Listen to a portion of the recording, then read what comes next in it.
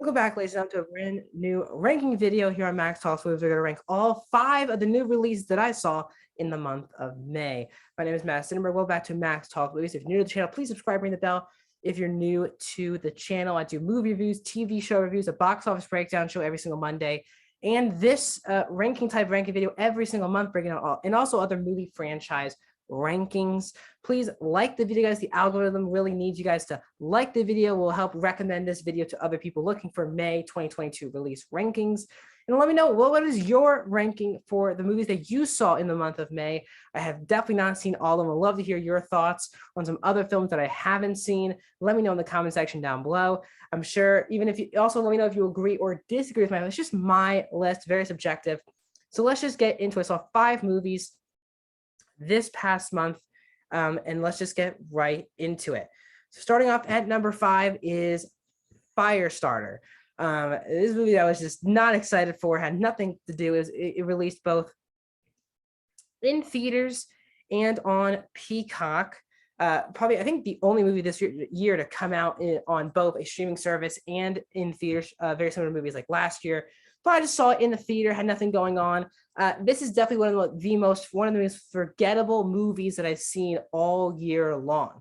One of the biggest reasons why is that this movie does not know what it wants to be. Again, this is based off a Stephen King novel, one of his best novels to date, a movie in the 80s that a lot of people just didn't really love. So getting a 2022 version, Zac Efron in the lead. But as I said, this movie just doesn't know what it wants to be. Either doesn't know if it wants to be a straight up horror film, because Blumhouse is a producing partner on this film. Doesn't know if it wants to be a superhero film.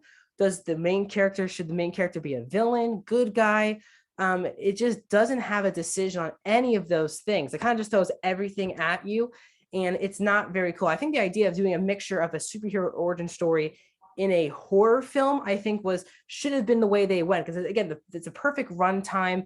The movie has some pretty hard violence in it, but there just isn't enough action to not let you be bored. This movie takes itself so seriously. If this movie just tried to have a little bit more fun with the premise, I think this would be one of the more fun movies of the year. But because it took itself so seriously, it just doesn't know what it wants to be.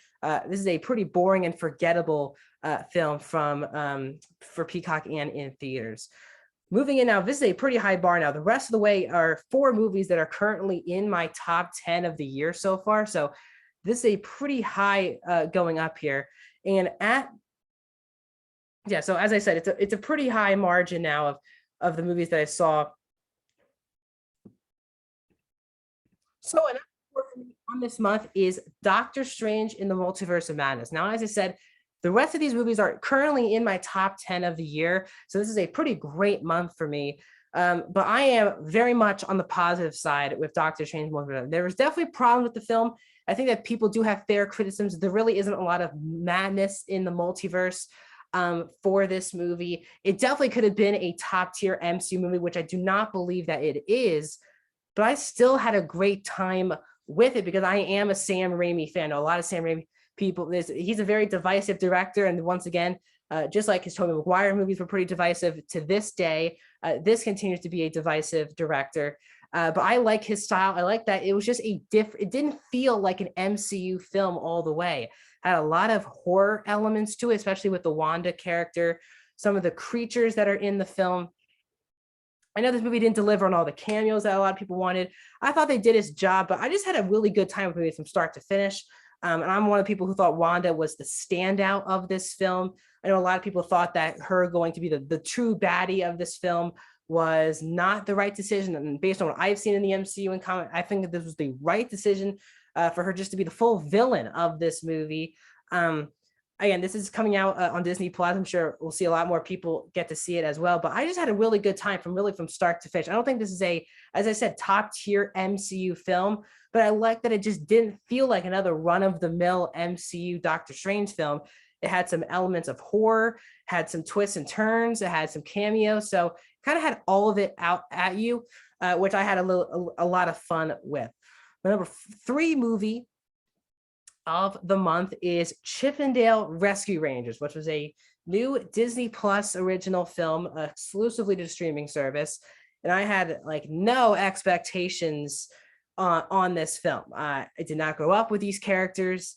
So this was just for me, just a fun little Disney Plus based on, Akiva Schaffer, one of the members of Lonely Island, directing it. The cast being so good, especially with Sandberg and Mulaney playing Chippendale. But I didn't see any of the trailers. I had no idea what I was getting into. And this movie turned out to be one of my favorite comedies. I think based on my top 10 ranking, this is my second favorite comedy of the year. Like I was laughing throughout the entire film. I've seen this film twice now. And I had just have an absolute blast with this movie. The meta commentary of these two chipmunks are now aging actors from the 80s. The meta stuff was really great. All the cameos, I still don't want to spoil. You also just can't believe that this is that Disney allowed all these things to happen in this movie. It's a Disney film that they usually just never make, getting cameos from different properties, including Paramount, Warner Brothers, DC. Like there were just so many different cameos from different properties. It was also exciting to see Disney reach into that as well. But it still had a good story between Chip and Dale. The voice cast was really good with as well as J.K. Simmons, who was one of my favorite parts of this film, Kiki Lane in live action form. It was just a fun movie. Seth Rogen as well, who's really good in the movie. It was just a great start from finish movie that reaches all types of generations. The adults now who grew up with this, I think, will have enjoyment in it. And the people like me who didn't, who are new to this franchise, also will find enjoyment in it because there's just they're reaching to so many different people. I think it's just the perfect family film for the summer. Let's move into number 2 movie. This is where it gets pretty divisive, and that is Men. This is an A24 film that came out a couple weeks ago. Not a lot of people saw it. $3 million opening weekend. It fell way out of the top 5 in its second weekend. And this is from a very polarizing director in Alex Garland, who made Ex Machina and Annihilation. But this is one of the most unique movie theater experiences I've ever had, just on the movie itself. This is a crazy 100 minutes from start to finish, with excellent performances from Jessie Buckley, who's in the main role, and Rory Kinnear, who plays multiple different people during the film.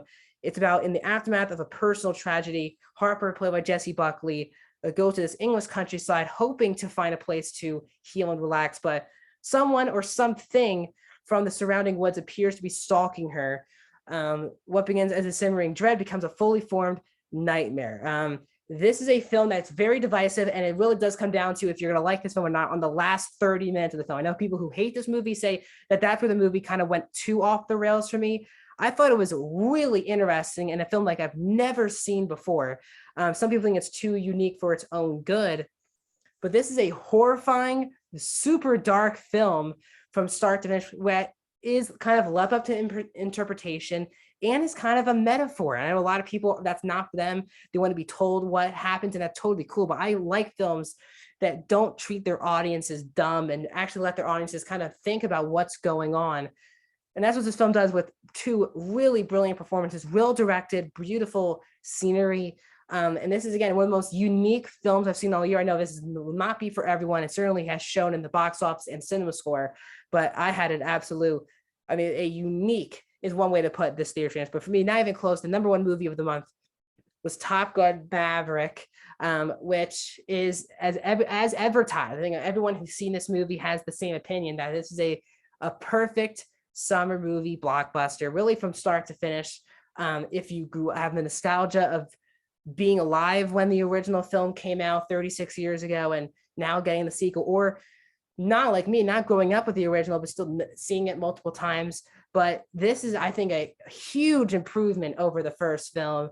It has a lot of, yes, nostalgia, but it doesn't lean on the cliches of sequels or nostalgia movies. It literally is, yes, it has Tom Cruise and Val Kilmer in a very minor role, and Miles Teller's playing Goose's son, but it has a story of its own, that this movie is both action-packed with practical effects.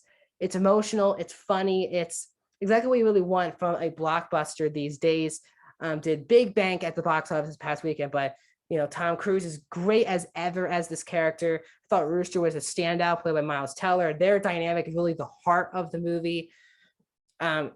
Glenn Powell was really fantastic as well. It's just a fun, great cast. The fact that the practical effects makes the film even more intense. And this is definitely gonna be one of the most fun experiences you'll ever have at the movie, because this movie was made to be seen on the big screen. So Top Gun Maverick for me comes in at number one. So that's my monthly ranking of the movies that I saw in the month of May. One more time, let's go through my 5 through 1.